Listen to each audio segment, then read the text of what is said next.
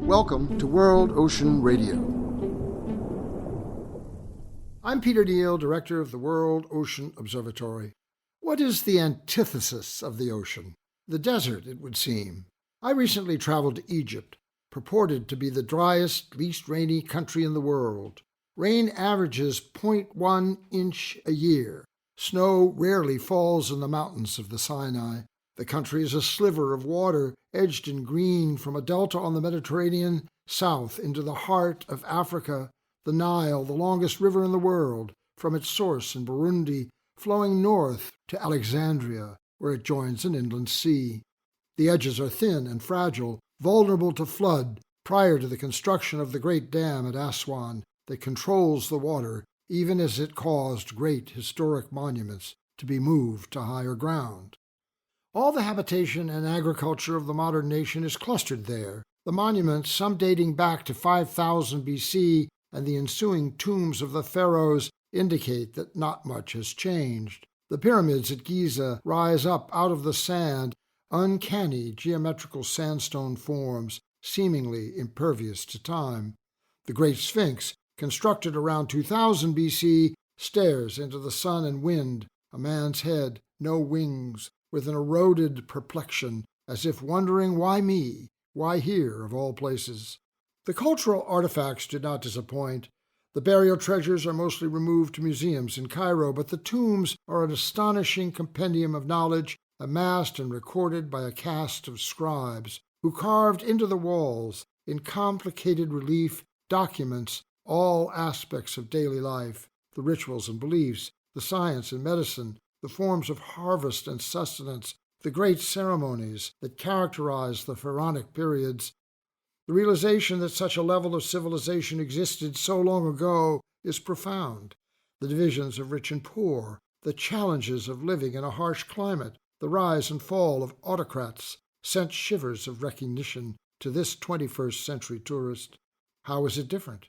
Inequities, tyranny, vast engineering achievement, science opening the world to unimaginable possibilities, transitory nature of life, desert reflection. Around all this is a turning of endless sand and horizon.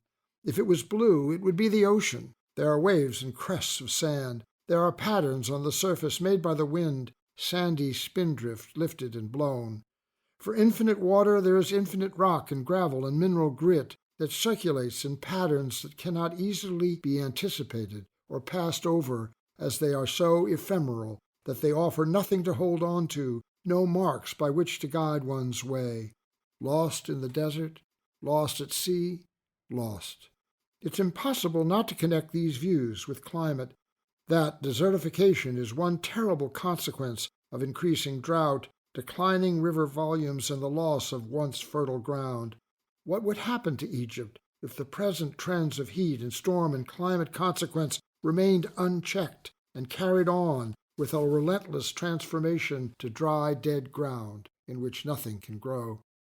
The desert is a dead zone. There is biodiversity there, numerous examples of algae, birds and animals, many insects, grasses and plants, and a remarkable range of over 2,200 species of fungi and lichens. The pharaoh's physicians knew about such things. They discovered ways to live in such a climate, to thrive and survive, to build monuments, make glorious art and artifact, and feed and heal themselves, whether pharaohs, citizens, priests, or slaves. Historical research suggests that in 2500 BC, the population of Egypt was 1.6 million.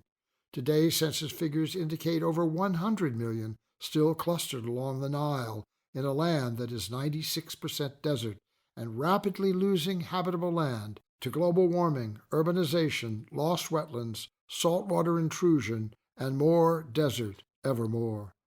Look around. The facts are the same. Statistics are similar. The threats are universal. Standing there comes to mind the famous Shelley verse from his great poem Ozymandias, a reflection that pertains and cannot be denied. My name is Ozymandias, King of Kings. Look on my works, ye mighty, and despair. Nothing beside remains. Round the decay of that colossal wreck, boundless and bare, The lone and level sands stretch far away.